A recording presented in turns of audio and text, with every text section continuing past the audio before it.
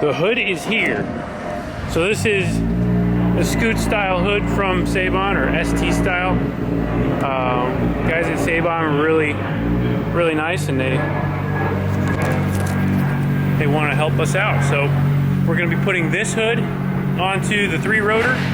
I'm going to unpackage it now and then test fit it up. Still waiting for the bumper to come back from paint. So when the bumper comes back, we'll make sure everything, all the gaps are perfect and whatnot. But I can at least get the hood on now, just test fit that. I'm gonna have to drill it for the hood pins. So go ahead and take it out of its packaging, inspect it, make sure everything's good, lay it on the car now, see how it fits.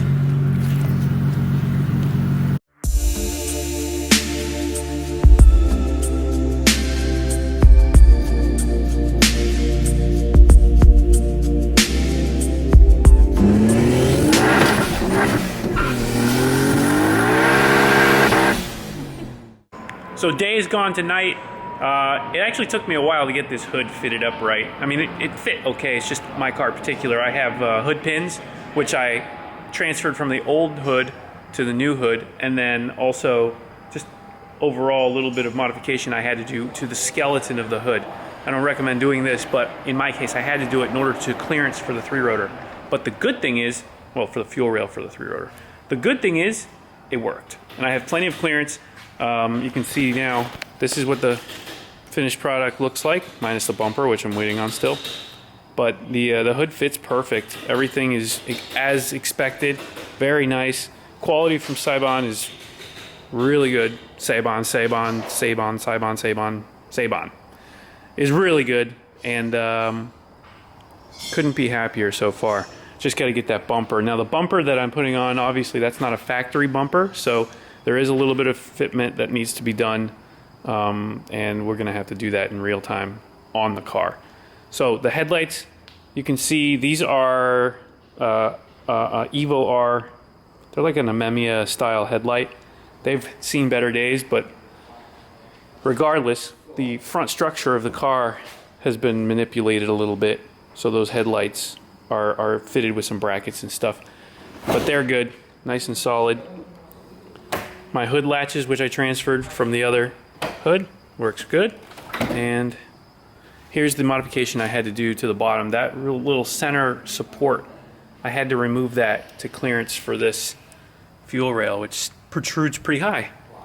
But it worked, everything's good, it fits, there's plenty of clearance now and under the hood, and it solves the problem. I don't need that gangly vent.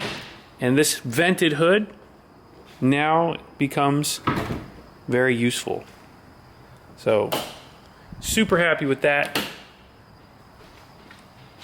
Heat's going to be coming right out of these vents, as you can see, and that's going to be a huge plus.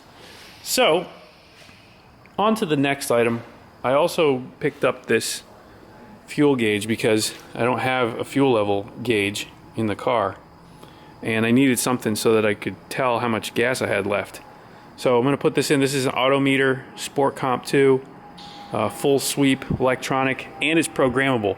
So if you have a fuel sending unit, which this car does still have one in the car, doesn't matter what kind it is, this is programmable from 0 to 280 ohms, I believe, which is a big range. So it can pretty much handles any fuel level sending unit that you might have.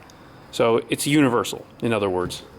I'm going to go ahead and put that in. That's going to keep me from running into the fuel slosh danger zone on this car. As most of you who have FDs probably know, when you get down below like half a tank, in corners especially, fuel slosh becomes a serious issue, and you'll actually starve the motor. And we don't want to do that.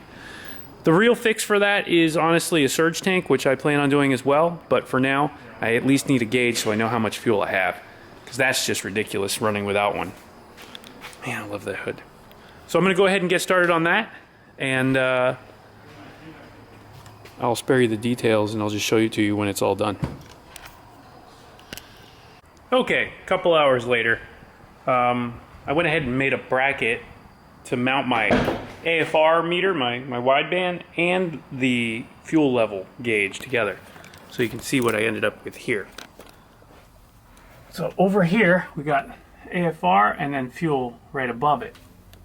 And it's working. So turn the switch on here, power comes to it, and then boom, full tank right now, which I have. It's completely full. So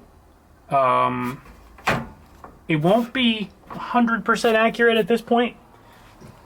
If I run the tank completely empty, I can set it and then fill the tank up all the way and set those 2 points together. But I used a preset number just to get it by, because right now I just wanted to get it in and working. And realistically, I'm never going to let it go all the way empty. I just need something so I can tell kind of how much fuel I got.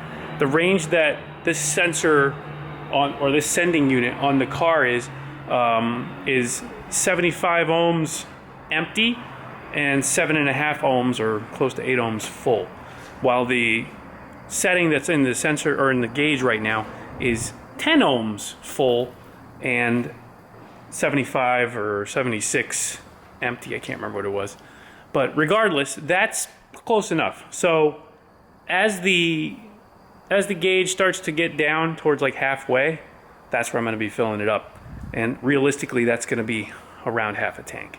So hope you guys get that, and if you want to do a gauge of your own, that's pretty much what you're going to want to do. You're going to want to get one and set it up.